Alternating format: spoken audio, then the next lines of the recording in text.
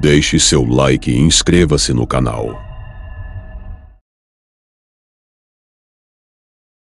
Na noite chuvosa do verão de 1999, 3 amigos saíam da cidade de Vermont, no estado de São Paulo, com destino a Belos Mares, em Santa Catarina. O objetivo de Jack, Sebastian e JP era de se encontrarem com Eric e Bud naquela cidade. Todos eram amigos de infância, e se separaram quando deixaram a cidade natal. Jack, Sebastian e JP moravam agora no estado de São Paulo e Eric e Bud em Santa Catarina, onde Eric era policial e Bud segurança particular. Sebastian dirigia melhor do que todos, mas naquela noite preferiu que Jack fosse conduzindo o veículo. Jack, o motorista, era aventureiro que curtia carros e trabalhava em uma oficina mecânica em Vermont. JP estava no banco de trás. Ele havia se formado em gestão ambiental e estava agora gerenciando uma multinacional sediada no estado de São Paulo. Jack seguia firme na direção, enquanto conversava algo com Sebastian, que segurava o copo de uísque com gelo nas mãos, no banco de passageiro. JP dormia no banco de trás. Já atravessando a divisa de estados, deixando o estado de São Paulo e adentrando ao estado do Paraná, após passarem a imensa ponte da enorme represa que divide os dois estados, por um momento de descuido, saíram da rota, adentraram então em um desvio na rodovia Salvira, em Cárpolis, a sombria cidade das histórias de horrores no estado do Paraná. A rodovia Salvira, a exemplo da Clinton Road em West Milford, nos Estados Unidos, era conhecida de todos na pacata província de Cárpolis, por suas histórias de bruxarias, conflitos de mortes, suicídios, pactos de sangue e outras lendas urbanas. JP então despertou e disse assustado: "Onde vocês estão? Olhem aqui no mapa, eu adormeci. Vocês se desviaram completamente da rota." "Caramba, Sebastian! Você está bebendo demais, cara", disse o motorista, visivelmente irritado. "Pô, Jack, eu estou bebendo, mas você está dirigindo, cara, se liga." Após adentrem no desvio da estrada Salvira, se viram então perdidos e obrigados a reduzir a velocidade do carro. Eis que surge pavorosamente aos gritos, uma moça morena de cabelos negros e longos pedindo socorro. Bem próximo dali, avistava-se uma enorme e antiga residência ao lado de uma ponte, conhecida por alguns como Ponte do Silêncio. Os portões da casa eram muito altos e havia uma vasta vegetação cobrindo a fachada, dando um ar de escuridão e anonimato ao local. "Vamos pedir ajuda naquela casa", sugeriu JP, ao que prontamente se ouviu os gritos desesperados da moça como que em resposta: "A casa não! A casa não! A casa não!" Disse isso e de repente, desapareceu no mato adentro, em direção à casa, e não mais conseguiram avistá-la. Eles se desesperaram por não poderem retornar, já que a gasolina estava quase no fim. Discutiram um pouco mais e foi então que Sebastian sugeriu que entrassem na velha casa de qualquer jeito. Eles refutaram a ideia e Sebastian partiu sozinho. Após mais de 2 horas, só se ouvia o cantar de corujas, grilos e outros sons noturnos. Os amigos, então exaustos e cansados de esperar, resolvem também adentrar na antiga mansão. Embora o portão fosse alto e estivesse fechado, estranhamente ao se aproximarem ele se abria e após estarem do lado de dentro ele se fechava automaticamente sozinho. Enquanto Jack adentrou na casa à procura de Sebastian, JP ficou do lado de fora. No interior da sombria mansão, Jack ouvia sons de piano e barulho na escada, embora não tivesse ninguém na residência. Ele gritou diversas vezes por Sebastian, mas não obteve respostas. De repente, um corpo rolou escada abaixo todo ensanguentado. Era o corpo de Sebastian, e Jack deixou o interior da residência aos gritos: "Meu Deus, socorro! Que diabos está havendo aqui? Sebastian está morto, JP!" Mas ao sair para o lado de fora, ele avistou Sebastian ao lado de JP. Ele parecia um pouco cansado, sem se recordar de muita coisa, mas estava ali ao lado de JP. Jack relatou o que vira, mas os amigos não acreditaram nele, então Sebastian disse a JP: "Vamos, JP, entre também na casa. Vamos ver o que tem ali." JP olhou fixamente para os dois e percebera que Jack também estava com um olhar cansado e quase apagando, então disse a eles que iria esperar mais um pouco. Nesse momento, ouvia-se mais barulhos vindo do interior da casa, pareciam tilintar de sinos, Depois piano novamente, um grito agudo de criança e por fim risadas de homens que pareciam estar em uma partida de pôquer. Sebastian e Jack se afastaram e chegaram, próximos à ponte da imensa represa. JP permanecerá ali próximo a uma antiga capela que existia ao lado da velha mansão. O tempo passou e os dois amigos não retornavam. JP então foi até o imenso portão por onde haviam entrado, para tentar buscar ajuda, mas o portão não mais se abriu, nem mesmo com chutes, pauladas, arames e outras tentativas. Então ele gritou o nome dos amigos, gritou por socorro, mas não fora correspondido. O tempo passava e seu medo, seu desespero e sua curiosidade se aguçavam ainda mais. Depois de um bom tempo, resolveu adentrar na casa, pois após procurar os amigos por todos os cantos, eles agora só poderiam estar no interior da residência. JP adentrou na casa, ouviu os mesmos barulhos, o piano começou a tocar sozinho, gritos de criança foram ouvidos e parecia que elas corriam pela casa. Nesse instante, dois corpos desceram rolando com sangue da escada, eram Sebastian e Jack e ele então deu um grito insano e desesperado e deixou o interior do casarão. Ao lado de fora, acreditando agora que Jack poderia estar certo do que havia contado a eles quando entrará na casa, JP chama pelos amigos em desespero. Mas não há nenhuma resposta. Às 3 horas da manhã os portões gigantes se abrem e um veículo prata de luz forte adentra a residência. Ele avistou Eric e Bud, os amigos que esperavam por eles em Belos Mares no estado de Santa Catarina. JP então, disse assustado, meu Deus! Ainda bem que vieram aqui. Mas como sabiam que estávamos nesse lugar, se vocês estão a mais de 500 quilômetros de distância? Perguntou estupefato. Eric então respondeu, não se preocupe com isso agora, imaginei que pudessem ter se enroscado aqui nessa casa. Esse lugar é amaldiçoado e já fez muitas vítimas, mas isso não importa agora, vamos procurar por Sebastian e Jack. Bud intrigado disse que iria entrar na casa, desse no que desse fez isso mesmo. Sem pensar muito, adentrou na sombria mansão e não mais retornou.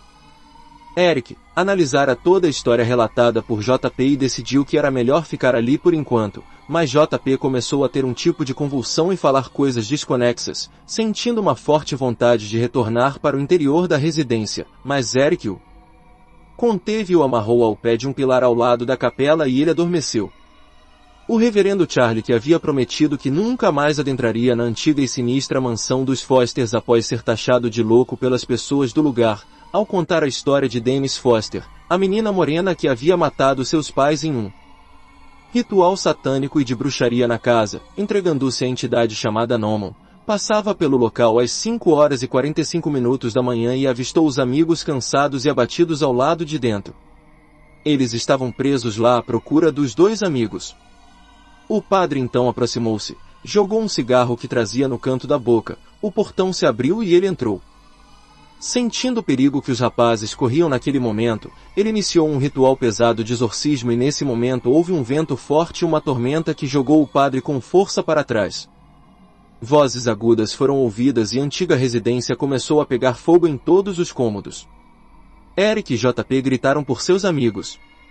Mas o padre disse, eles estão bem, saiam da casa agora. JP chegou até o carro e os portões foram fechados novamente. Ao saírem em direção à rodovia Salvira, eles não sabiam se de fato Eric e Bud estiveram ali, pois não havia outro carro além do deles no lugar. E Sebastian então perguntou, por que vocês demoraram tanto? Então, avistaram novamente a moça morena que pulou na frente do veículo e disse, eu avisei. A casa não, a casa não.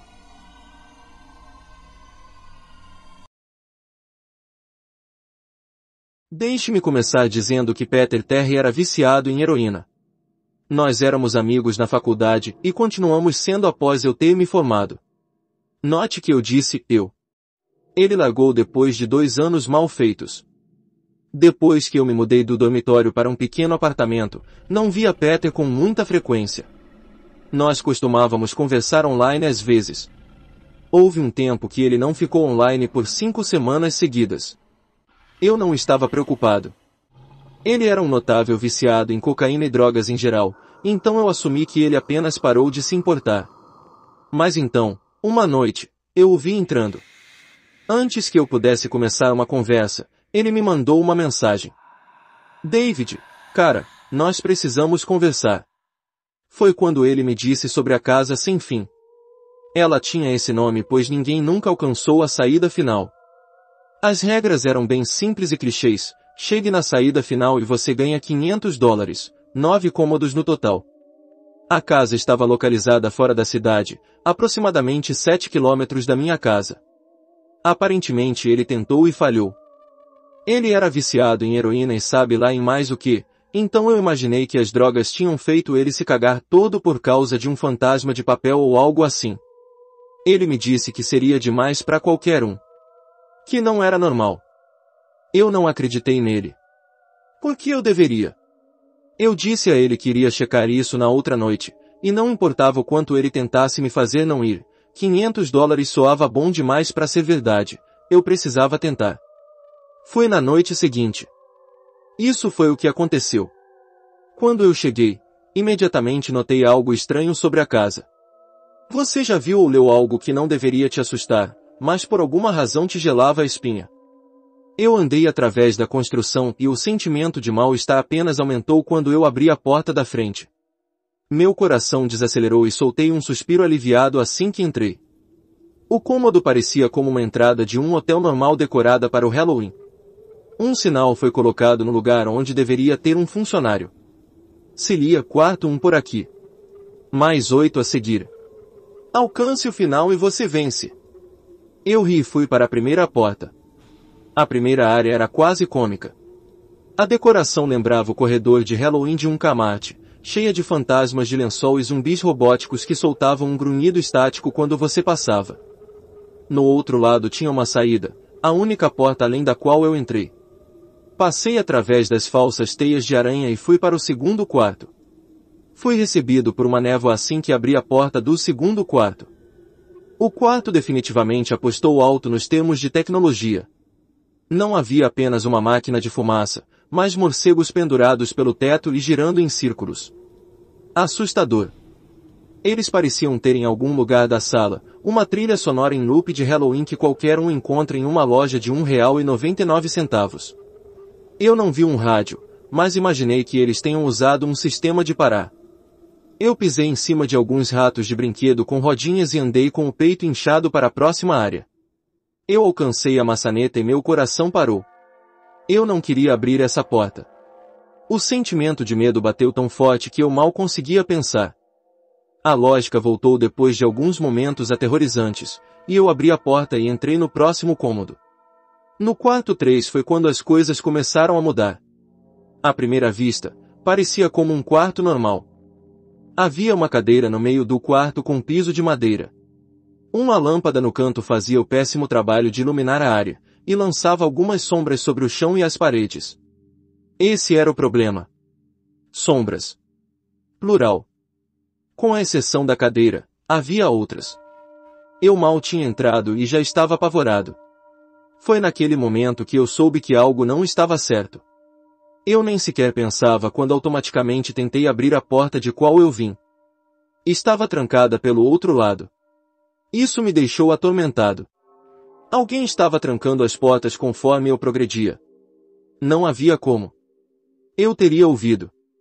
Seria uma trava mecânica que fechava automaticamente. Talvez. Mas eu estava muito assustado para pensar. Eu me voltei para o quarto, e as sombras tinham sumido. A sombra da cadeira permaneceu, mas as outras se foram. Comecei a andar lentamente.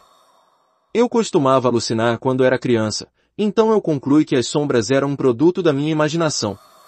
Comecei a me sentir melhor assim que fui para o meio da sala. Olhei para baixo enquanto andava, e foi aí que eu vi.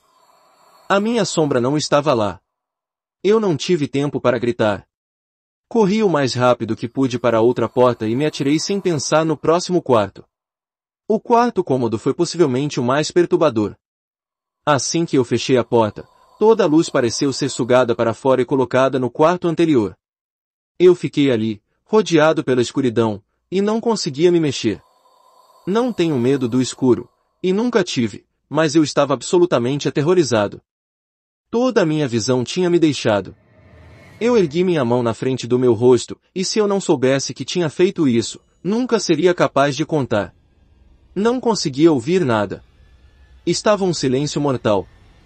Quando você está em uma sala à prova de som, ainda é capaz de se ouvir respirar. Você consegue ouvir a si mesmo estar vivo. Eu não podia. Comecei a tropeçar depois de alguns momentos, a única coisa que eu podia sentir era meu coração batendo rapidamente. Não havia nenhuma porta à vista. Eu não tinha nem sequer certeza se havia uma porta mesmo. O silêncio foi quebrado por um zumbido baixo. Senti algo atrás de mim. Virei-me bruscamente, mas mal conseguia ver meu nariz. Mas eu sabia que era lá. Independentemente do quão escuro estava, eu sabia que tinha algo lá. O zumbido ficou mais alto, mais perto. Parecia me cercar, mas eu sabia que o que quer que estivesse causando o barulho, estava na minha frente, se aproximando. Dei um passo para trás. Eu nunca tinha sentido esse tipo de medo. Eu realmente não consigo descrever o verdadeiro medo. Não estava nem com medo de morrer, mas sim do modo que isso ia acontecer. Tinha medo do que a coisa reservara para mim. Então as luzes piscaram por menos de um segundo e eu vi nada. Eu não vi nada e eu sei que eu não vi nada lá. O quarto estava novamente mergulhado na escuridão, e o zumbido era agora um guincho selvagem. Eu gritei em protesto, não conseguiria ouvir o barulho por mais um maldito minuto. Eu corri para trás, longe do barulho, e comecei a procurar pela maçaneta. Me virei e caí dentro do quarto 5. Antes que eu descreva o quarto 5, você deve entender algo. Eu não sou um viciado.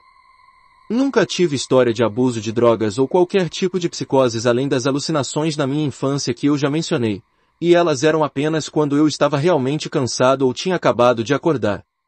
Eu entrei na casa sem fim limpo. Depois de cair do quarto anterior, minha visão do quinto quarto foi de costas, olhando pro teto.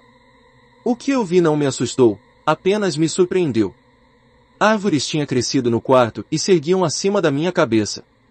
O teto desse quarto era mais alto que os outros, o que me fez pensar que eu estava no centro da casa. Me levantei do chão, me limpei e olhei ao redor. Era definitivamente o maior quarto de todos. Eu sequer conseguia ver a porta de onde eu estava, os vários arbustos e árvores devem ter bloqueado a minha linha de visão da saída. Nesse momento eu notei que os quartos estavam ficando mais assustadores, mas esse era um paraíso em comparação ao último. Também assumi que o que estava no quarto 4 ficou lá. Eu estava incrivelmente errado. Conforme eu andava, comecei a ouvir o que se poderia ouvir em uma floresta. O barulho dos insetos se movendo e dos pássaros voando pareciam ser as minhas únicas companhias nesse quarto. Isso foi o que mais me incomodou. Eu podia ouvir os insetos e os outros animais, mas não conseguia vê-los. Comecei a me perguntar quão grande essa casa era. De fora, quando eu caminhei até ela, parecia como uma casa normal. Era definitivamente na maior parte da casa, já que tinha quase uma floresta inteira. A abóbada cobria minha visão do teto, mas eu assumi que ele ainda estava lá, por mais alto que fosse. Eu também não via nenhuma parede. A única maneira que eu sabia que ainda estava dentro da casa era por causa do chão compatível com o dos outros quartos, pisos escuros de madeira. Continuei andando na esperança que a próxima árvore que eu passasse revelaria a porta. Depois de alguns momentos de caminhada, senti um mosquito no meu braço. O espantei e continuei. Um segundo depois, senti cerca de 10 mais deles em diferentes lugares da minha pele. Senti eles rastejarem para cima e para baixo nos meus braços e pernas, e alguns deles foram para o meu rosto. Eu me agitava freneticamente para espantá-los, mas eles continuavam rastejando. Eu olhei para baixo e soltei um grito abafado, mais um ganido, para ser honesto. Eu não vi um único inseto. Nenhum inseto estava em mim, mas eu conseguia senti-los. Eu ouvia eles voando pelo meu rosto e picando a minha pele, mas não conseguia ver um único inseto. Me joguei no chão e comecei a rolar descontroladamente. Eu estava desesperado. Eu odiava insetos, especialmente os que eu não conseguia ver ou tocar. Mas eles conseguiam me tocar, e estavam por toda parte. Eu comecei a rastejar. Não tinha ideia para onde estava indo, a entrada não estava vista, e eu ainda não tinha visto a saída. Então eu apenas rastejei, minha pele se contorcendo com a presença desses insetos fantasmas. Depois do que pareceu horas, eu achei a porta. Agarrei a árvore mais próxima e me apoiei nela. Eu dava tapas nos meus braços e pernas, sem sucesso. Tentei correr, mas não conseguia. Meu corpo estava exausto de rastejar e lidar com o que quer que estivesse no meu corpo. Eu dei alguns passos vacilantes até a porta, me segurando em cada árvore para me apoiar.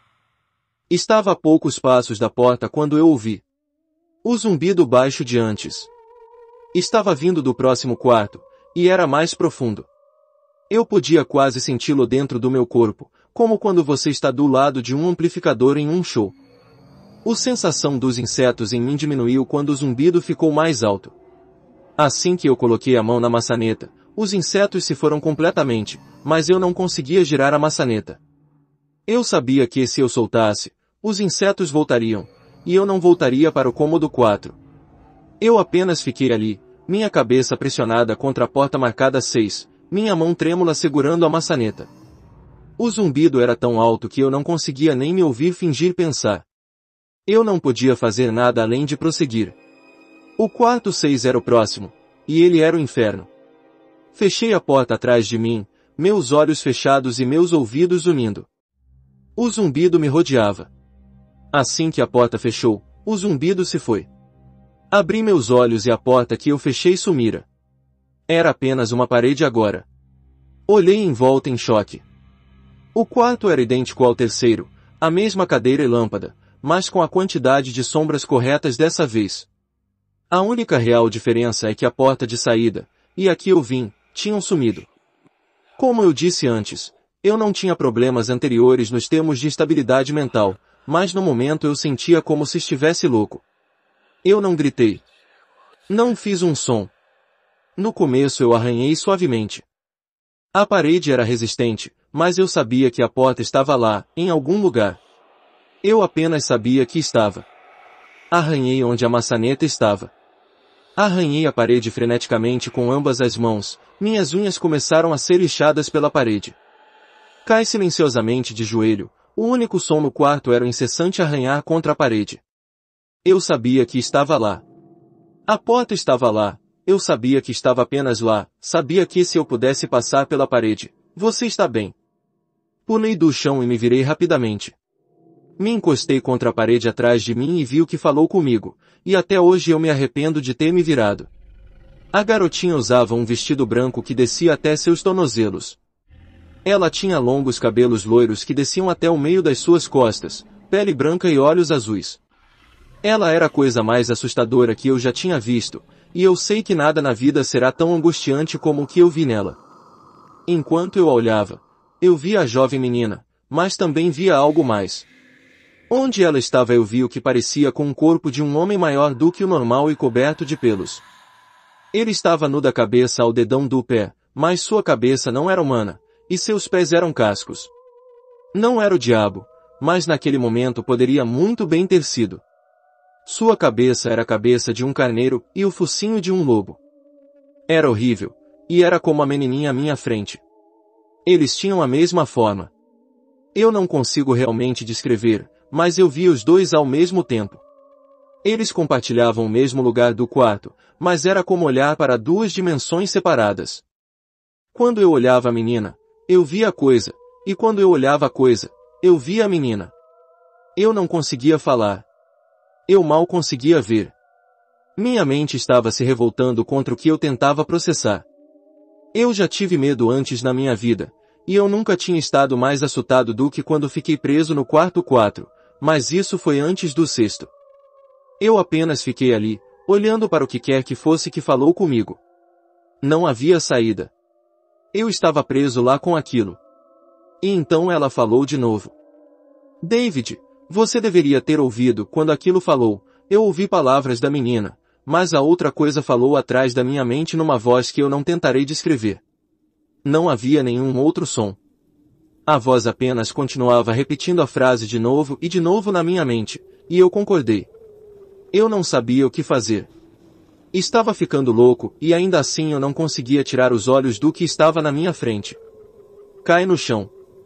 Pensei que tinha desmaiado, mas o quarto não deixaria isso acontecer. Eu apenas queria que isso terminasse. Eu estava de lado, meus olhos bem abertos e a coisa olhando para mim.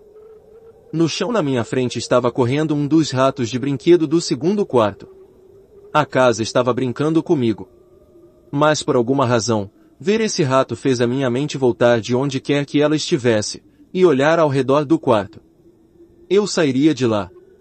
Estava determinado a sair daquela casa e nunca mais pensar sobre ela novamente. Eu sabia que esse quarto era o inferno e não estava pronto para ficar lá. No começo apenas meus olhos se moviam. Eu procurava nas paredes por qualquer tipo de abertura. O quarto não era muito grande, então não demorou muito para que eu checasse tudo. O demônio continuava zombando de mim, a voz cada vez mais alta como a coisa parada lá. Coloquei minha mão no chão e fiquei de quatro, e voltei a explorar a parede atrás de mim. Então eu vi algo que eu não podia acreditar. A coisa estava agora diretamente nas minhas costas, sussurrando como eu não deveria ter vindo. Eu senti sua respiração na minha nuca, mas me recusei a me virar. Um grande retângulo foi riscado na madeira, com um pequeno entalhe no meio dele. E bem em frente aos meus olhos eu vi um 7 que eu tinha inconscientemente feito na parede. Eu sabia o que era. Quarto 7 estava bem onde o quarto 5 estava momentos atrás. Eu não sabia como eu tinha feito aquilo, talvez tenha sido apenas o meu estado no momento, mas eu tinha criado a porta. Eu sabia que tinha. Na minha loucura eu tinha riscado na parede o que eu mais precisava, uma saída para o próximo quarto. O quarto 7 estava perto. Eu sabia que o demônio estava bem atrás de mim, mas por alguma razão, ele não conseguia me tocar. Fechei meus olhos e coloquei ambas as mãos no grande 7 na minha frente. E empurrei. Empurrei o mais forte que pude. O demônio agora gritava nos meus ouvidos. Ele dizia que eu nunca iria embora. Me dizia que esse era o fim, mas que eu não iria morrer, eu iria ficar lá no quarto 6 com ele. Eu não iria. Empurrei e gritei com todo o meu fôlego. Eu sabia que alguma hora eu iria atravessar a parede. Cerrei meus olhos e gritei, e então o demônio se foi. Eu fui deixado no silêncio. Me virei lentamente e fui saudado com o quarto estando como estava quando eu entrei, apenas uma cadeira e uma lâmpada. Eu não podia acreditar nisso, mas não tive tempo de me habituar. Me virei para o 7 e pulei levemente para trás. O que eu vi foi uma porta. Não a que eu tinha riscado lá, mas uma porta normal com um grande 7 nela. Todo o meu corpo tremia. Me levou um tempo para girar a maçaneta. Eu apenas fiquei lá, parado por um tempo, encarando a porta. Eu não podia ficar no quarto 6, não podia. Mas se isso foi apenas o quarto 6, não conseguia imaginar o que me aguardava no 7. Devo ter ficado lá por uma hora, apenas olhando para o 7. Finalmente, respirei fundo e girei a maçaneta, abrindo a porta para o quarto 7. Cambaleei através da porta mentalmente exausto e fisicamente fraco. A porta atrás de mim se fechou, e eu me toquei de onde estava. Eu estava fora. Não fora como no quarto 5, eu estava realmente lá fora. Meus olhos ardiam. Eu queria chorar. Caí de joelhos e tentei, mas não consegui. Eu estava finalmente fora daquele inferno. Nem sequer me importava com o prêmio que foi prometido. Me virei e vi que porta que eu tinha acabado de atravessar era a entrada. Andei até o meu carro e dirigi para casa, pensando em o quão bom seria tomar um banho. Assim que cheguei em casa, me senti desconfortável. A alegria de deixar a casa sem fim tinha sumido, e um temor crescia lentamente em meu estômago. Parei de pensar nisso e fiz meu caminho para a porta da frente. Entrei e imediatamente subi para o meu quarto. Eu entrei lá e na minha cama estava meu gato Baskerville. Ele foi a primeira coisa viva que eu vi aquela noite, e fui fazer carinho nele. Ele sibilou e bateu na minha mão. Recuei em choque, ele nunca tinha agido assim. Eu pensei, tanto faz, ele é um gato velho. Fui para o banho e me aprontei para o que eu esperava ser uma noite de insônia. Depois do meu banho, fui cozinhar algo. Desci as escadas e me virei para a sala de estar, e vi o que ficaria para sempre gravado em minha mente. Meus pais estavam deitados no chão, nus e cobertos de sangue. Foram mutilados ao ponto de estarem quase identificáveis. Seus membros foram removidos e colocados do lado dos seus corpos, e suas cabeças em seus peitos, olhando para mim. A pior parte eram suas expressões. Eles sorriam, como se estivessem felizes em me ver. Vomitei e comecei a chorar lá mesmo. Eu não sabia o que tinha acontecido, eles nem sequer moravam comigo. Eu estava confuso. E então eu vi uma porta que nunca esteve lá antes. Uma porta com um grande 8 riscado com sangue nela. Eu continuava na casa. Estava na minha sala de estar, mas ainda assim, no quarto 7. O rosto dos meus pais sorriram mais assim que eu percebi isso.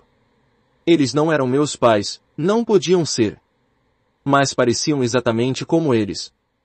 A porta marcada com um 8 estava do outro lado, depois dos corpos mutilados na minha frente.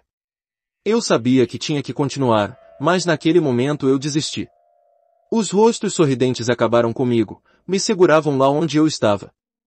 Vomitei novamente e quase entrei em colapso. E então, o zumbido voltou. Estava mais alto do que nunca, enchia a casa e tremia as paredes. O zumbido me obrigou a andar. Comecei a andar lentamente, indo em direção à porta e aos corpos. Eu mal conseguia ficar em pé, ainda mais andar, e quanto mais perto eu ia dos meus pais, mais perto do suicídio eu estava. As paredes agora tremiam tanto que parecia que desmoronariam, mas ainda assim os rostos sorriam para mim. Cada vez que eu me movia, os olhos me seguiam. Agora eu estava entre os dois corpos, a alguns metros da porta. As mãos desmembradas rastejaram em minha direção, o tempo todo os rostos continuavam a me olhar fixamente.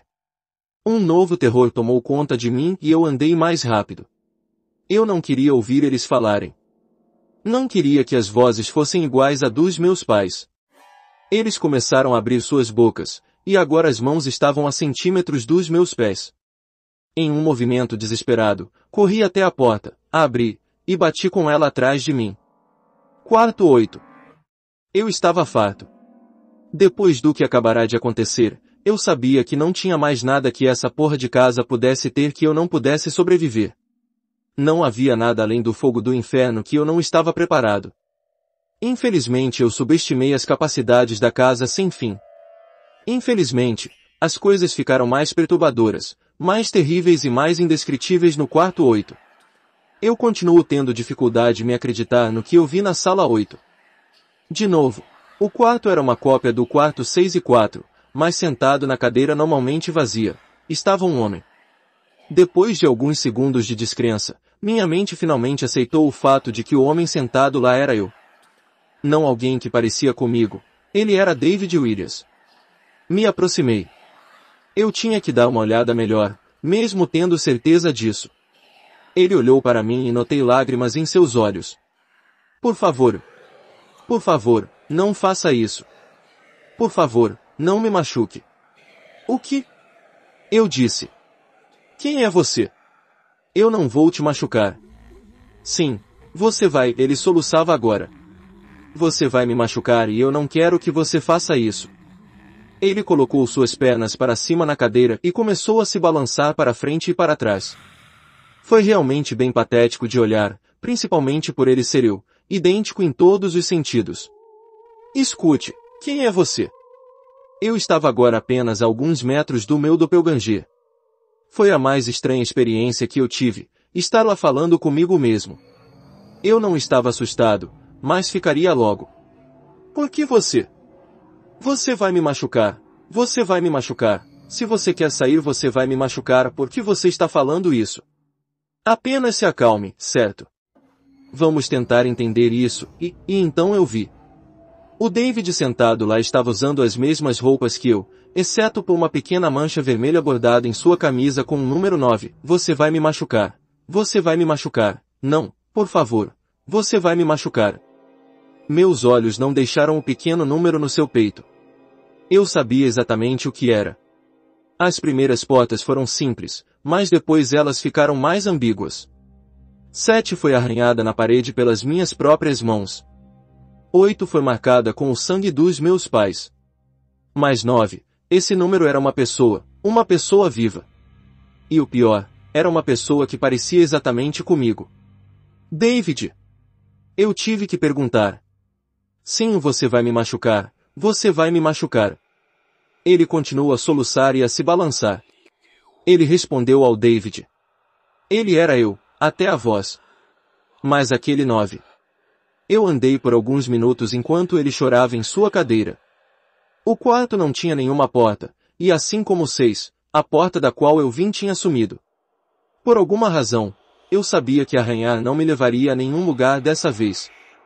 Estudei as paredes e o chão em volta da cadeira, abaixando a minha cabeça e vendo se tinha algo embaixo dela. Infelizmente, tinha. Embaixo da cadeira tinha uma faca. Junto com ela tinha uma nota onde se lia, para David, da gerência. A sensação em meu estômago quando eu li a nota foi algo sinistro. Eu queria vomitar, e a última coisa que eu queria fazer era remover a faca debaixo da cadeira. O outro David continuava a soluçar incontrolavelmente. Minha mente girava em volta de questões sem respostas. Quem colocou isso aqui e como sabiam meu nome? Sem mencionar o fato de que eu estava ajoelhado no chão frio e também estava sentado naquela cadeira, soluçando e pedindo para não ser machucado por mim mesmo. Isso tudo era muito para processar. A casa e a gerência estavam brincando comigo esse tempo todo. Meus pensamentos, por alguma razão, foram para Peter, e se ele chegou tão longe ou não? E se ele chegou, se ele conheceu um Peter Terry soluçando nesta cadeira, se balançando para frente e para trás? Eu expulsei esses pensamentos da minha cabeça, eles não importavam. Eu peguei a faca debaixo da cadeira, e imediatamente o outro David se calou. David, ele disse na minha voz, o que você pensa que vai fazer? Me levantei do chão e apertei a faca na minha mão. Eu vou sair daqui. David continuava sentado na cadeira, mas estava bem calmo agora. Ele olhou para mim com um sorriso fraco. Eu não sabia se ele iria rir ou me estrangular. Lentamente ele se levantou da cadeira e ficou de frente para mim. Era estranho. Sua altura e até a maneira que ele estava eram iguais a mim. Eu senti o cabo de borracha da faca na minha mão e apertei ela mais forte. Eu não sabia o que planejava fazer com isso, mas sentia que eu ia precisar dela.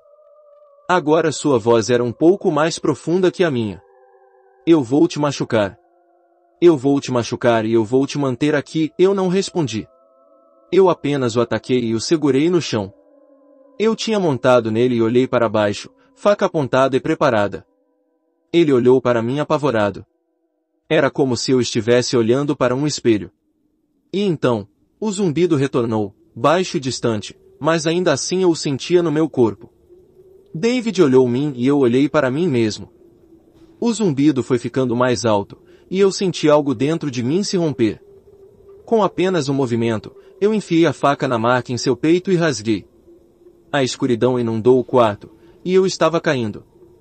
A escuridão em volta de mim era diferente de tudo que eu já tinha experimentado até aquele ponto. O quarto 3 era escuro, mas não chegou nem perto dessa que tinha me engolido completamente. Depois de um tempo, eu não tinha nem mais certeza se continuava caindo. Me sentia leve, coberto pela escuridão. E então, uma tristeza profunda veio até mim. Me senti perdido, deprimido, suicida. A visão dos meus pais entrou na minha mente. Eu sabia que não era real, mas eu tinha visto aquilo, e a mente tem dificuldades em diferenciar o que é real e o que não é. A tristeza só aumentava. Eu estava no quarto 9 pelo que parecia dias. O quarto final. E era exatamente o que isso era, o fim. A casa sem fim tinha um final, e eu tinha alcançado isso. Naquele momento, eu desisti. Eu sabia que eu estaria naquele estado para sempre, acompanhado por nada além da escuridão. Nem o zumbido estava lá para me manter são. Eu tinha perdido todos os sentidos. Não conseguia sentir eu mesmo. Não conseguia ouvir nada, a visão era inútil aqui, e eu procurei por algum gosto na minha boca e não achei nada. Me senti desencarnado e completamente perdido. Eu sabia onde eu estava. Isso era o inferno. O quarto 9 era o inferno.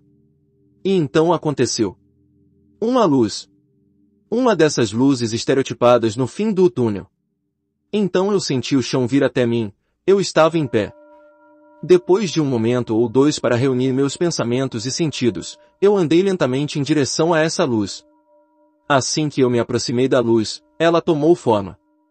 Era uma luz saindo da fenda de uma porta, dessa vez sem nenhuma marca.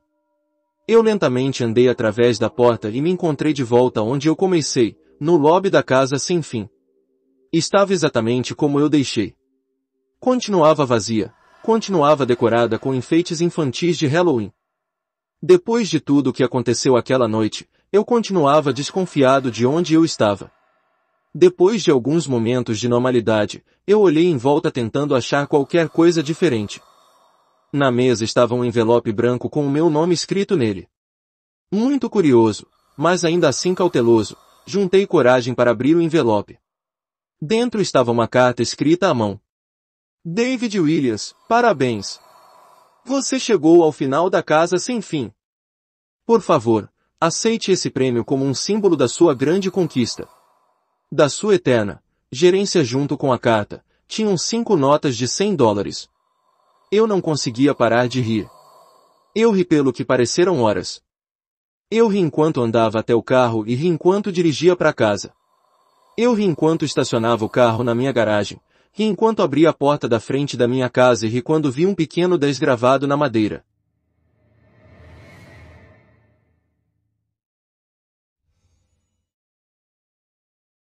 Um caso estarrecedor que recaí na categoria dos mistérios perturbadores sem solução, envolve uma velha casa num tranquilo bairro no país de Gales, um lugar que se tornou conhecido nos últimos anos por estranhos ruídos vindos das profundezas de um escuro porão. Quando Alan e Christine Tate se mudaram em 2010 para sua nova residência no pacato subúrbio de Carmarthenshire no país de Gales, tudo parecia estar correndo bem para eles. Era um antigo sonho, muito almejado se tornando realidade, mudar-se para um bairro tranquilo, acolhedor e central. Eles passaram a viver no seu novo lar e lá construíram sua história ao longo de 8 anos, sem nenhum incidente estranho em particular. Contudo, em junho de 2018 as coisas mudariam para eles, transformando sua casa dos sonhos em um antro de mórbidos pesadelos. Tudo começou num dia como qualquer outro. Christine estava sozinha na cozinha fazendo café, quando ouviu um estranho som de suspiro, vindo de lugar nenhum.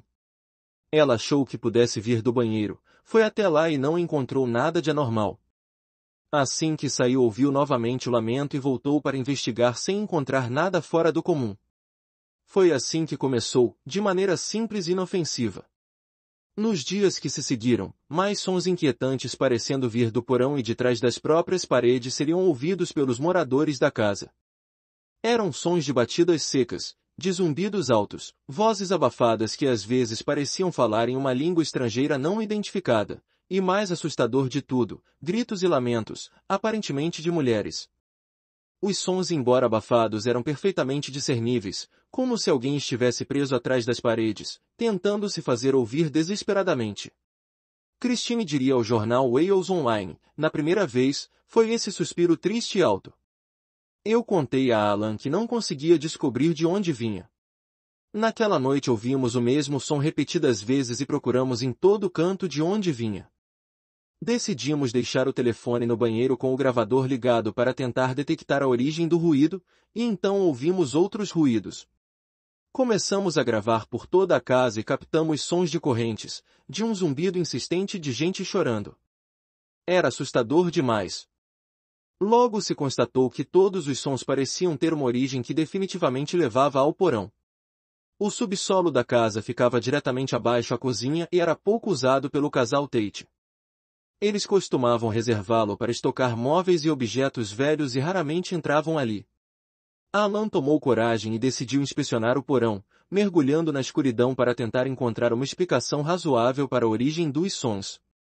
Bastaram 20 minutos lá para que ele tivesse uma sensação desagradável, um sentimento de que não estava sozinho lá embaixo e que uma presença invisível o observava. Alan descreveu a experiência da seguinte forma: era sufocante. Como se algo estivesse ali comigo sem que eu pudesse ver. Porém eu conseguia sentir. Era uma presença, disso tenho certeza, algo que estava observando e que parecia ressentido com a minha proximidade. Senti um mal-estar súbito e um frio repentino, como se tudo à minha volta estivesse conspirando para que eu deixasse o porão o quanto antes. Eu estava com medo, não há como colocar de outra maneira. Durante sua curta permanência no porão, o que Alan conseguiu determinar é que aquele era o ponto focal dos fenômenos. Enquanto estava ali sozinho, ele ouviu mais claramente os ruídos característicos que vinham lhes incomodando, os zumbidos, as batidas e, é claro, os lamentos em uma língua estranha. Na escuridão do porão, eles eram mais discerníveis e ele chegou a conjecturar que se tratava de russo ou alguma outra língua do leste europeu. Alan supunha que os sons vinham das paredes do porão ou debaixo do próprio soalho. Os Tate continuaram a gravar registros dessas anomalias, utilizando gravadores portáteis e microfones de captação. Eles gravaram mais de 20 fitas contendo os ruídos incômodos, com palavras, murmúrios, gemidos e batidas. Acompanhado de um amigo chamado Douglas Harding, Alan desceu novamente ao porão determinado a tirar a história a limpo. Levou consigo uma pá e uma picareta para buscar a fonte dos ruídos. Os dois cavaram cerca de 1 metro no piso, removendo a superfície e chegando a uma camada de terra compacta logo abaixo. Durante todo o trabalho exaustivo, realizado em condições adversas de iluminação, ouviram sons estranhos e ruídos exasperantes. Finalmente eles chegaram a uma segunda camada de concreto da qual não conseguiram avançar por ser muito resistente. Naquela noite e nas noites seguintes, o som se tornou mais claro e conseguiram obter melhores registros dos fenômenos. O casal deixou 2 gravadores registrando centenas de horas dessa cacofonia incessante de sons bizarros, que incluíam uma mulher gritando, sons de natureza sexual, som de correntes, um zumbido elétrico, roncos e o que parecia ser uma reza que se transformava numa lamúria. Alan diria sobre seus esforços para registrar esses ruídos: tudo o que eu realmente queria era uma explicação. Por que haviam pessoas aparentemente sofrendo? Devia haver alguma explicação para aqueles sons perturbadores. Colocamos microfones em todos os lugares, porque queríamos provar ou refutar o que estávamos ouvindo. Colocamos microfones na frente da casa, na parte de trás da casa, dentro e fora e no porão. O dispositivo que deixamos no porão captou os gritos e ruídos mais claros. Os outros dispositivos, que estavam gravando simultaneamente na frente e nos fundos da propriedade, captaram pouca coisa além das batidas. O casal assustado chegou a chamar a polícia esperando que alguém pudesse ajudá-los. As autoridades vieram, mas nenhuma explicação foi encontrada. Não havia nenhum sinal de algo fora do comum lá embaixo, nenhuma fiação defeituosa, nenhum sinal de se tratar de uma brincadeira de gosto duvidoso, nada. Os policiais chamados ouviram os mesmos ruídos e ficaram impressionados com o fato deles continuarem mesmo enquanto eles estavam lá. Um dos policiais, um homem chamado Ryan Butrice, era filho de um policial e se mostrou muito prestativo. Ele disse que perguntaria ao pai, que havia trabalhado exatamente naquele distrito, se ele lembrava de algum detalhe a respeito do endereço do estate. Os gritos, gemidos e outros ruídos estranhos continuaram inabaláveis por pelo menos mais uma semana. O casal decidiu lacrar o porão com placas de isolamento acústico e deixar apenas um buraco através do qual pudessem baixar os microfones de captação na escuridão mais abaixo. Eles também levaram as gravações obtidas para o Departamento de Línguas da Universidade de Cardiff, com o intuito de tentar descobrir que língua estranha era aquela. 2 profissionais de áudio conseguiram isolar os trechos em que palavras pareciam estar sendo ditas e usando aparelhos de mixagem conseguiram tornar o som mais claro. Em seguida, passaram a gravação para diferentes estudiosos de línguas que foram unânimes em apontar que haviam diferentes línguas ali, sérvio, croata e outros dialetos do leste europeu conforme suspeitavam. Quando a situação já estava se tornando insustentável, e os Tate cogitavam se mudar de uma vez por todas, receberam a visita de um senhor de meia-idade chamado Robert Butrice, que era pai do policial que havia se interessado pelo caso. Robert era um detetive aposentado com mais de 40 anos de serviço e que afirmava poder ajudá-los com informações sobre o endereço em que eles residiam.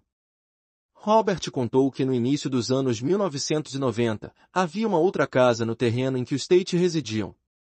Toda a vizinhança havia passado por uma reestruturação no início de 2000 e várias casas foram colocadas abaixo e reconstruídas. A vizinhança então valorizou e se tornou melhor. Havia uma casa da qual Butrice se recordava bem de seus tempos de policial.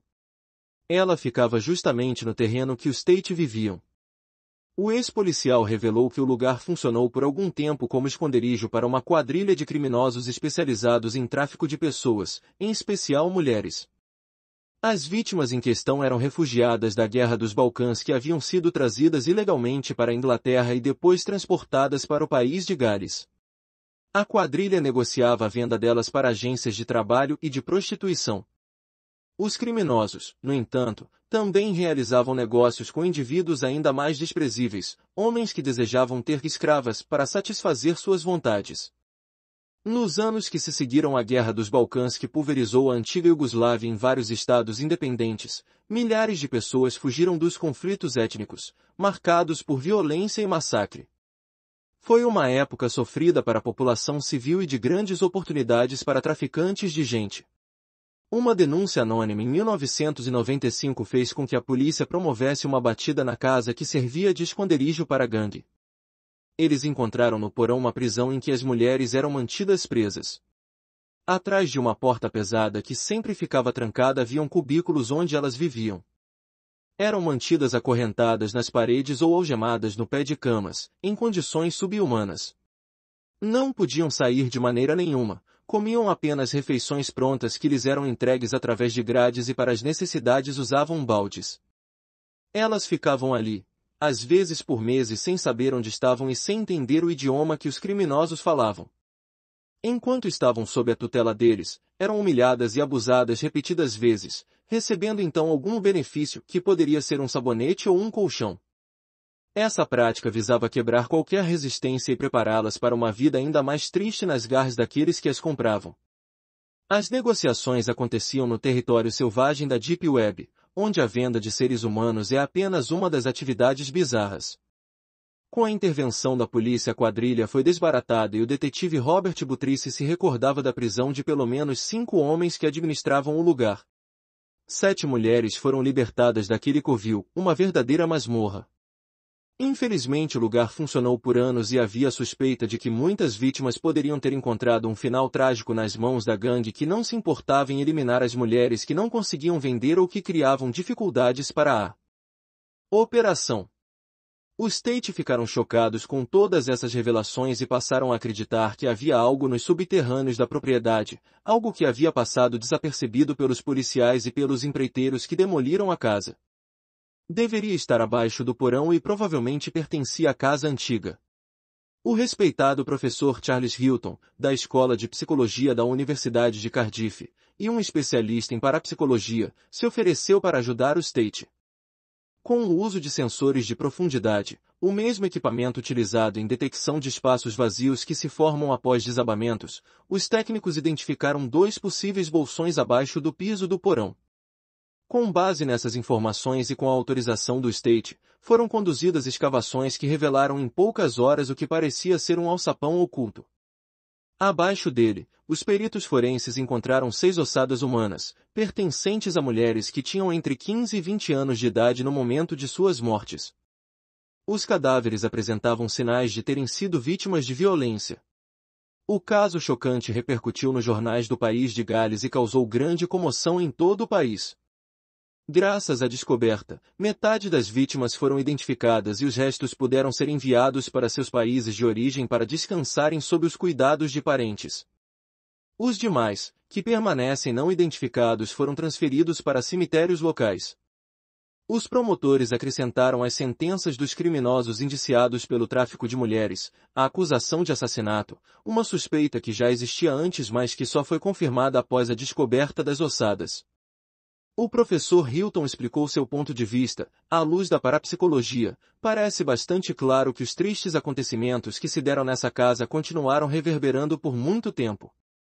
Mesmo depois dos envolvidos terem partido e depois das vítimas terem morrido. Por vezes, um incidente trágico deixa marcas e permanece em um lugar, como um eco. E este continua repetindo sem parar, até alguém ser capaz de ouvi-lo. Após a descoberta das ossadas abaixo do piso do porão, os sons e ruídos pararam quase que de imediato e os Tate puderam ter um pouco de tranquilidade. No entanto, a família decidiu que haviam experimentado o suficiente e que não tinham mais estômago para viver num lugar com tamanha energia negativa represada. Eles se mudaram da casa em 2019 e no início de 2020 o lugar foi demolido de uma vez por todas. É lamentável. Nossa casa dos sonhos se revelou um lugar de pesadelos, onde tantas coisas ruins aconteceram. Isso só mostra que não sabemos nada a respeito da história dos lugares que escolhemos viver. E depois de saber, não tínhamos como permanecer lá. Não nos restou nada a não ser deixar a casa e tentar reconstruir nossas vidas em outro canto. Para muitos especialistas, o incidente na casa do State é um dos mais bem documentados casos de assombração no país de Gales. Um fenômeno conhecido como eco ou sombra, que se baseia na presença de poderosos sentimentos e emoções contaminando um determinado espaço. Esses ecos se fazem ouvir e parecem implorar pela atenção das pessoas, quase num apelo para que sejam compreendidos e interpretados. Não são exatamente fantasmas, pois não possuem vontade ou consciência, eles simplesmente se repetem. É claro, o caso dividiu opiniões confrontando crentes e céticos, fazendo com que muitos se perguntassem se tudo não passou de uma bem encenada fraude para ganhar fama em cima de um suposto incidente paranormal. Os críticos apontam que os State só começaram a falar a respeito dos sons misteriosos depois que foi feita a descoberta das ossadas e muitos afirmam que eles nunca mencionaram qualquer incidente estranho na propriedade. A polícia suspeitava da existência de um aposento secreto que não havia sido encontrado anteriormente. Novos depoimentos de vítimas teriam apontado a existência do alçapão. Dessa forma, a descoberta não teria sido denunciada por ecos, mas por testemunhas. Há também outra questão. Por que os ecos demoraram tanto a serem ouvidos e começar a se manifestar? Por qual razão esperariam anos para se fazer ouvir, enquanto os State já viviam lá por alguns anos? Mesmo a autenticidade das gravações foi amplamente questionada. Técnicos de som examinaram as fitas apresentadas pelo State e consideraram que alguns sons pareciam estranhamente repetitivos, como se eles tivessem sido produzidos pela mesma fonte, apontando para uma possível fraude com um som sendo executado repetidas vezes. As conclusões sobre a gravação e a qualidade da mesma foram duvidosas. Após concederem entrevistas e serem confrontados com essas questões, os próprios State disseram que não falariam mais a respeito do ocorrido e que não dariam mais nenhuma declaração sobre o incidente. Eles se diziam esgotados física e mentalmente diante de todo o fenômeno e ressaltaram que jamais ganharam nada com a fama que atraíram para si mesmos após relatar a história. Qual seria a verdade a respeito da casa assombrada de Carmarthenshire? Haveriam realmente ecos repercutindo através das paredes? Teriam as tragédias ocorridas naquele lugar triste transbordado para o mundo real, fazendo-se ouvir pelos vivos? A história dessa casa permite muitos questionamentos, mas sem dúvida fazem dela um caso extremamente curioso envolvendo atividade paranormal.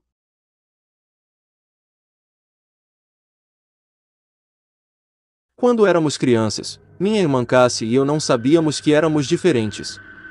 Como poderíamos? Passávamos o tempo todo dentro de casa. Nossos pais nunca nos deixavam brincar na rua. Diziam que era para nossa proteção. Lembro claramente de meu pai recitando todos os horrores do mundo que aconteciam do outro lado da nossa porta. Animais viciosos, homens perigosos, doenças mortais. Todo dia ele trazia uma nova razão para não nos aventurarmos fora das paredes de nossa casa. Entendi a verdade muito mais tarde. Eles tinham vergonha da gente. Cassie e eu éramos muito próximas, tanto metaforicamente quanto literalmente. Passávamos todo o tempo juntas. Eu li que irmãos gêmeos geralmente são assim, mas éramos além. Acordávamos no mesmo horário e fechávamos nossos olhos para dormir no mesmo momento. Com frequência tínhamos o mesmo sonho. Líamos livros juntas, ela lia as páginas da esquerda, eu da direita. Nossos pais diziam que éramos juntas além do normal. Isso não fazia nenhum sentido para nós naquela época. Quando brincávamos, juntávamos 2 brinquedos juntos pela cabeça, usando fita adesiva transparente por cima dos rostos. Mas ainda usávamos o brinquedo juntas, Cassie movimentando as pernas da esquerda e eu as da direita. Logo, todos nossos brinquedos estavam conectados em pares. O porquinho de pelúcia estava grudado ao jacaré. A boneca chinesa junta com o dinossauro de plástico. Cassie e eu até fomos longe demais quando grudando nossos travesseiros juntos. Para que eles não se sintam solitário, falei para nossa mãe que ficou chocada. Fora a nossa ligação, Cassie e eu éramos muito diferentes. Eu não tinha problemas em aceitar e seguir as regras de nossos pais, mesmo essas sendo abundantes. Cassie, por outro lado, odiava as regras. Mesmo as pequenas, como ter que escovar os dentes antes de ir para a cama, deixavam muito brava. Eu gostava dos vestidos que mamãe fazia para mim, mas Cassie os rasgava com os dentes. Cassie era não verbal, também. Não que fosse sua culpa. Ela só não conseguia movimentar a boca do jeito que todos podemos. Isso não significa que não nos comunicávamos. Na verdade, eu e ela conversávamos constantemente. Sempre pela mente. Eca, eu odeio banana, ela falava enquanto nossa mãe nos servia café da manhã. Cala a boca, Cassie. Eu me virava para a mamãe, sorria e dizia obrigada pelo café da manhã. Cassie rosnava por entre sua respiração. Você é uma puxa-saco. Somos prisioneiras aqui e você os trata como deuses. São nossos pais. Mamãe podia notar que estávamos discutindo em nossa cabeça. Mas nunca comentava sobre. Acho que não tinha vontade de saber o que rolava entre nós duas. Quando éramos novas, notei que eu e Cassie não nos parecíamos com as crianças nos livros ilustrados. As crianças eram sozinhas. Mas eu e Cassie estávamos sempre juntas. Perguntei sobre para papai e ele falou que tínhamos nascido com uma patologia. Vocês estão doentes, disse severamente. Mas os médicos não podem separar vocês. Iria matá-la. Ele adoraria me ver morta, Cassie sussurrou na nossa mente. Claro que não. Ele te ama. Mas ele não amava. Eu sabia disso em segredo. Nossos pais não faziam questão de esconder o fato que me favoreciam. Viam Cassie como um peso morto. E enquanto íamos envelhecendo, tenho que admitir que comecei a entender a opinião deles. Ela era difícil de lidar. Estava sempre chateada com alguma coisa. Além do mais, ela era o motivo de eu não poder sair de casa ou ter amigos. Quando fizemos 12 anos, nossos pais começaram a nos deixar usar o computador. Supostamente, só podíamos estudar nele, mas quando ficávamos sozinhas, sempre tentávamos usar o Google para nos achar. Gêmeos que compartilham cérebro. O primeiro artigo era sobre gêmeos que haviam devorado um ao outro dentro do útero.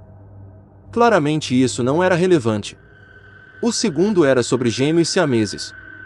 Pulamos esse porque nós éramos americanas, óbvio. Então chegamos ao terceiro, o qual acompanhava uma foto de duas mulheres adultas que compartilhavam a mesma cabeça. Uma era grande e outra pequena. Parecia um pouco comigo e com Cassie. O artigo mencionava-as como gêmeas chifópagas. Dizia que, apesar delas quererem se separar, os médicos achavam arriscado demais.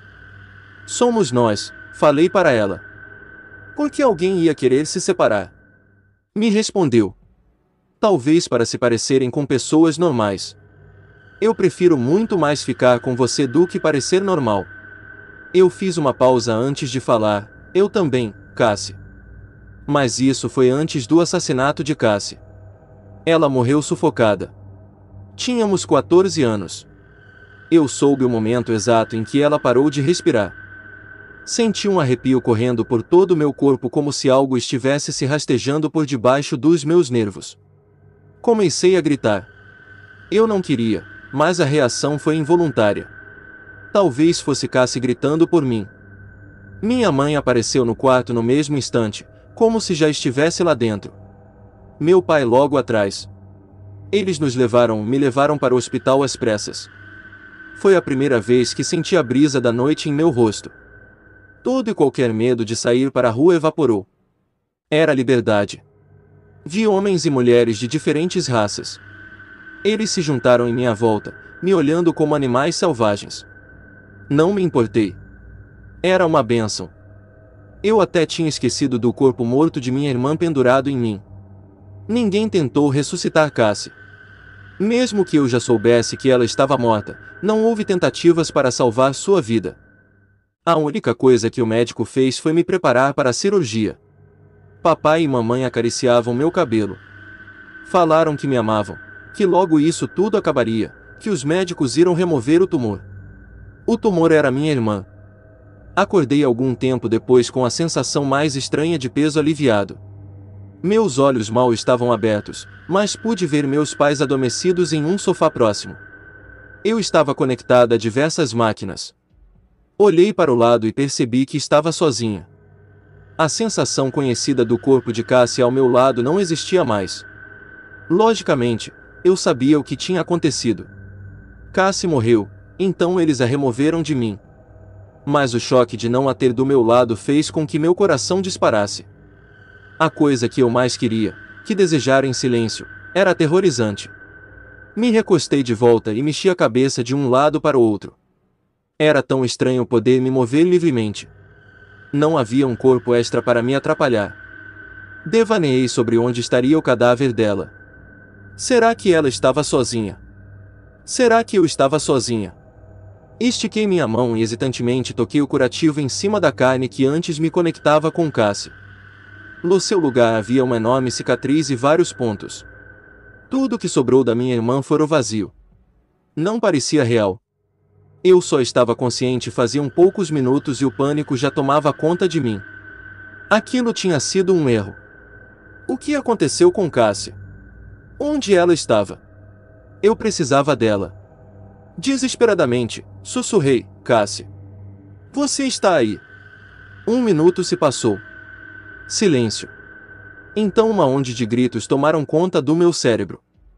Era a voz de Cassie, incendiando minha mente com gritos horripilantes. Meus olhos ficaram arregalados. A voz de Cassie começou a falar entre os gritos: eles me mataram! Eles me mataram! Eles me mataram! Cala a boca! Eu gritei. Meus pais se acordaram. Só então percebi que tinha falado em voz alta. Eles vieram em minha direção, tentando acalmar meus medos. Mas enquanto isso, Cassie me atormentava. Eles me assassinaram! Tentei não responder à voz. Mas não importava. Cassie não ligava se eu respondia ou não. Por dias a fio ela ficou apenas lamentando sua morte. Enquanto os médicos me ensinavam a levantar e andar sem Cassie, ela continuava a falar sem parar. Eu fingia que tudo estava bem, mas a voz estava acabando com minha sanidade mental. Eu não conseguia dormir. Toda vez que eu fechava os olhos ela começava novamente: foram eles. Nossos pais malditos. Eles colocaram um travesseiro na minha cara e me mataram. Não contei para ninguém sobre a voz. Quem entenderia?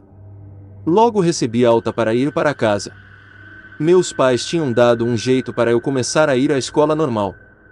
Compraram uma peruca para eu cobrir a cicatriz desfigurada. Todas as portas agora estavam destrancadas para mim. Não havia mais necessidade de me esconder. Eu devia me sentir nos céus, mas ao invés disso a voz da minha irmã continuava a me assombrar. Morta. Estou morta. Eles me mataram. Meses se passaram com a mesma existência agonizante.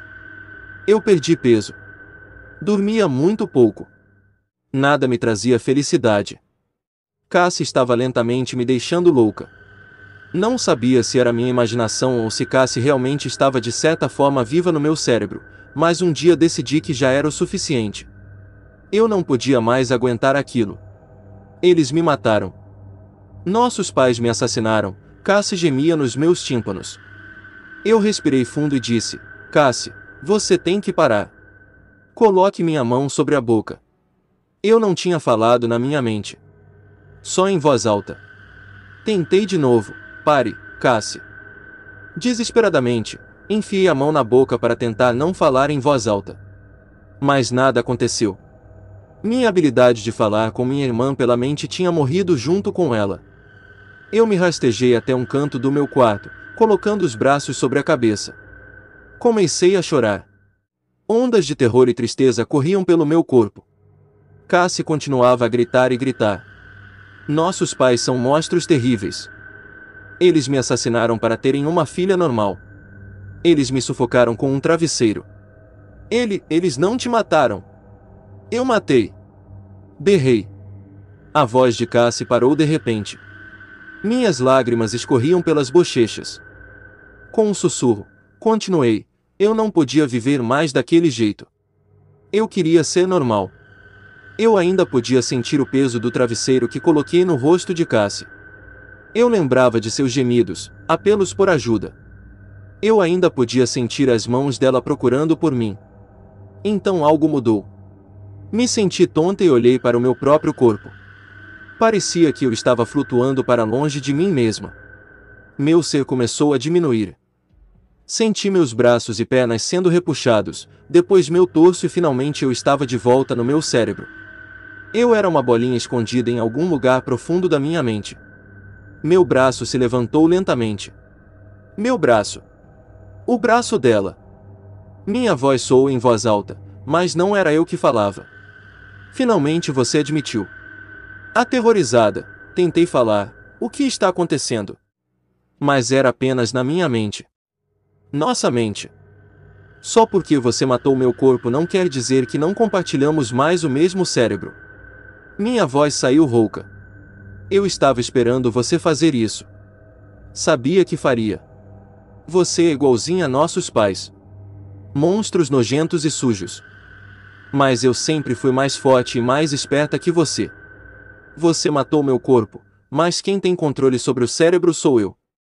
Cassie fez meu corpo se levantar, fazendo meus membros tremerem. Desesperadamente tentei tomar o controle, mas estava certa, ela era mais forte que eu. É estranho poder falar, ela falou em voz alta. Estou gostando muito mais do que achei que gostaria. O que você vai fazer? Eu vou me tornar você. A mais bonita, a desejada por nossos pais. E então eu vou matá-los. Talvez eu costure as cabeças deles bem juntinhas. Lembra quando odiavam quando fazíamos isso com nossos brinquedos? E a melhor parte é que eu ainda vou ter você, presa no fundo do meu cérebro. Ela riu. Eu sempre falei que nunca iríamos nos separar. Isso foi há 7 anos atrás. Nossos pais já estão mortos há muito tempo. Ela nunca cumpriu a promessa de costurar a cabeça deles. Ao invés disso, usou nossos travesseiros colados para sufocar os dois de uma vez só. Eu tive que assistir, sem poder fazer nada.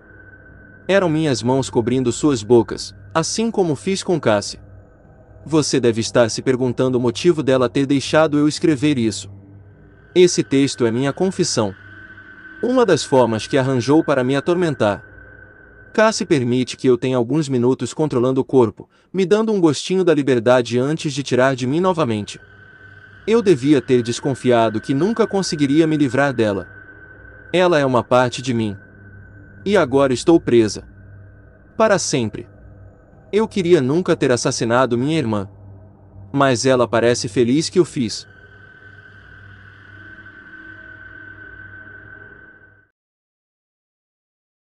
A cena é clássica, talvez já tenha acontecido com você mesmo? Você foi se deitar na cama ou acabou cochilando no sofá e de repente acorda incapaz de mover seu corpo. Você está consciente, mas não consegue se mover e então a coisa piora. Você sente alguém pressionando o seu peito, mãos tateando em busca de sua garganta. Você tenta gritar, mas sua voz simplesmente não sai. Você nota uma figura sombria próxima a você. Nessa hora o seu pesadelo chega ao ápice, pena que você não está dormindo. Então, tão repentinamente como surgiu, aquilo vai embora. A coisa te solta e a presença sinistra se esvanece do local.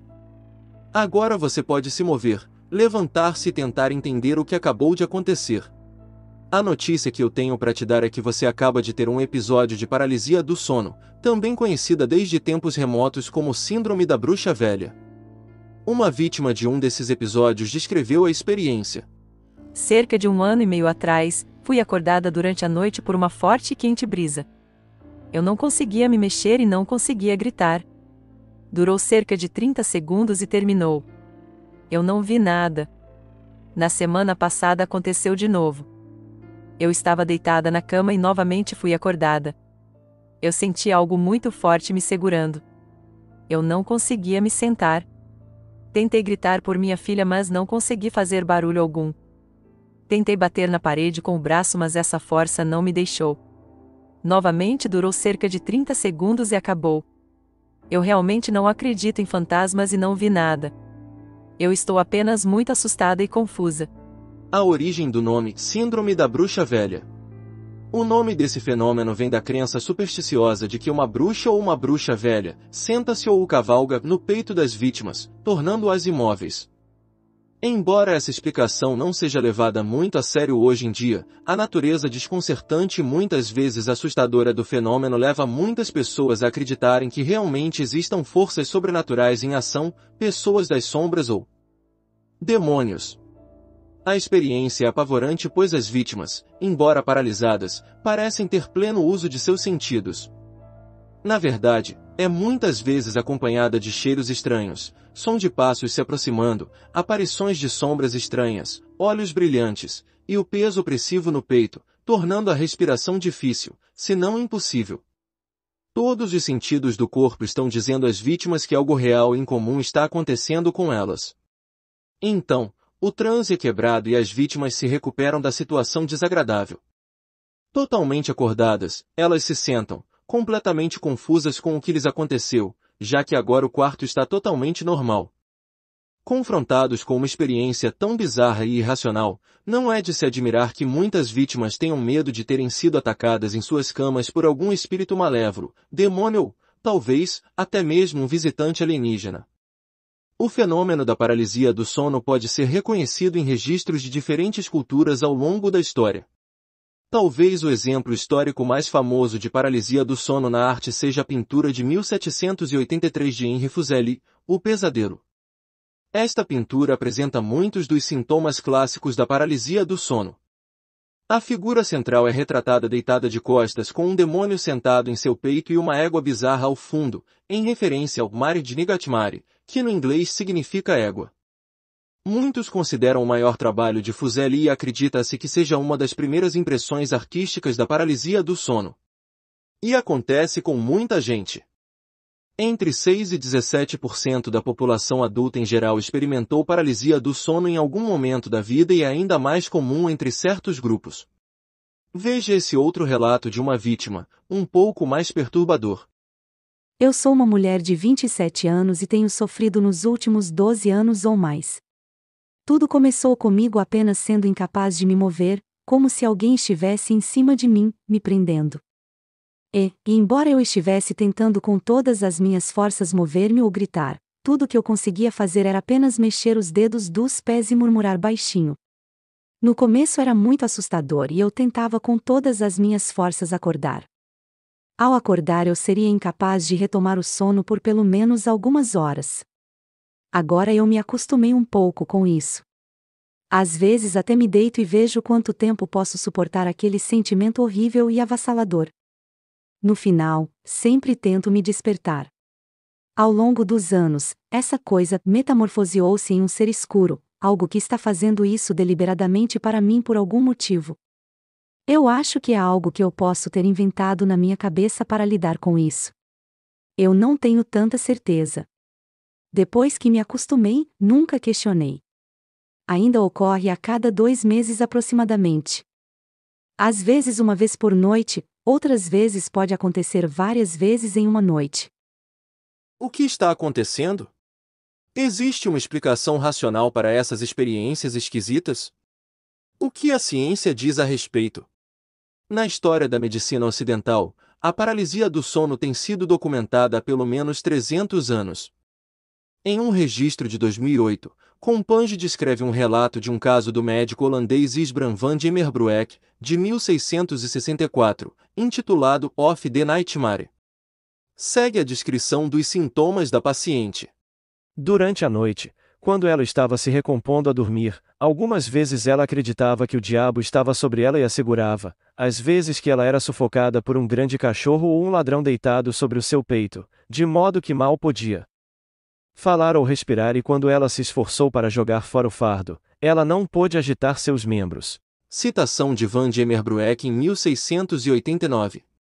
Os médicos gregos também tinham conhecimento da paralisia do sono, com Galeno discutindo a condição no segundo século. O primeiro relato escrito da paralisia do sono pode ser encontrado em um livro chinês sobre sonhos, que remonta a 400 a.C. Atualmente, a comunidade médica está bem ciente desse fenômeno, mas tem um nome menos sensacional do que a síndrome da bruxa velha para ele. Eles chamam de paralisia do sono, ou PS, às vezes PSI para paralisia do sono isolada. O Dr. Max, diretor do Centro de Distúrbios do Sono do Veterans Medical Center, em Houston, Estados Unidos, diz que a paralisia do sono ocorre quando o cérebro está em estado de transição entre o sono profundo, conhecido como sono REM, e a vigília. Durante o sono REM, o cérebro desligou a maior parte da função muscular do corpo, de modo que não podemos representar nossos sonhos, estamos temporariamente paralisados. Às vezes, seu cérebro não desliga totalmente esses sonhos, ou a paralisia, quando você acorda, disse ele à ABC News. Isso explicaria o sentimento congelado e as alucinações associadas à paralisia do sono. De acordo com sua pesquisa, o efeito só dura de alguns segundos a 1 minuto, mas neste estado meio dormindo meio acordado, pode parecer muito mais demorado para a vítima. Em seu artigo, Socorro! Não consigo me mexer. Florence Cardinal escreve: a paralisia do sono é muitas vezes acompanhada de alucinações vívidas. A bruxa estrangulando minha namorada. Eu fui acordado por minha namorada gritando. Ela estava com os braços para cima, como se estivesse empurrando alguma coisa.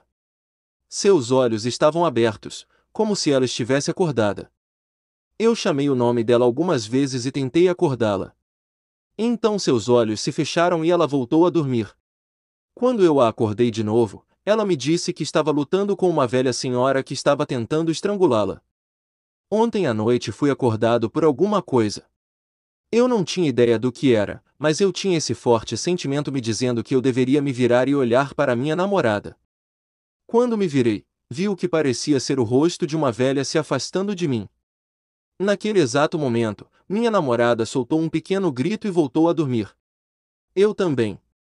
Hoje de manhã, quando acordamos, a primeira coisa que minha namorada me disse foi: eu tive um sonho com aquela velha novamente na noite passada. Quais são as chances de nós dois vermos a mesma pessoa ou espírito? Por que aquilo se afastou de mim? O que o sobrenatural tem a dizer? Você já sabe a explicação científica. Mas qual a explicação menos ortodoxa para a paralisia do sono? Bem, para responder essa pergunta, temos que falar sobre projeção astral. Projeção astral, ou viagem astral, é um termo usado no esoterismo para descrever uma experiência intencional fora do corpo, EFC, que supõe a existência de uma alma ou consciência chamada corpo astral, que é separado do corpo físico e capaz de viajar para fora por todo o universo. O que ocorreria durante a paralisia do sono é que a projeção é realizada involuntariamente, e o corpo astral não se desprende do corpo físico, e nesse estado você não possui controle sobre o seu corpo físico, daí o motivo de você não conseguir se mover nem nada. Você está enxergando a partir de seu corpo etéreo e por isso você acaba ficando à mercê de todo quanto é tipo de criatura bizarra e visões alucinantes que pertencem a essa esfera sobrenatural. Por esse motivo que em diversos relatos quando as pessoas conseguem finalmente se mover ou sair da cama elas acordam e percebem que estão na mesma posição em que estavam quando adormeceram, pois de fato, o seu corpo continuou no mesmo lugar. O movimento seria apenas com o corpo astral. Projeção astral. Bem, essa é a explicação do ponto de vista sobrenatural, se está certa ou não, eu não sei. Se você tiver mais interesse pelo assunto, sugiro assistir ao documentário Pesadelo, Paralisia do Sono. O documentário se concentra em 8 pessoas que sofrem de paralisia do sono.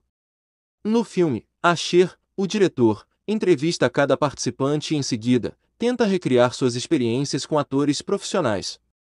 No momento em que fiz esse vídeo o título estava disponível no catálogo da Netflix, então aproveite para assistir.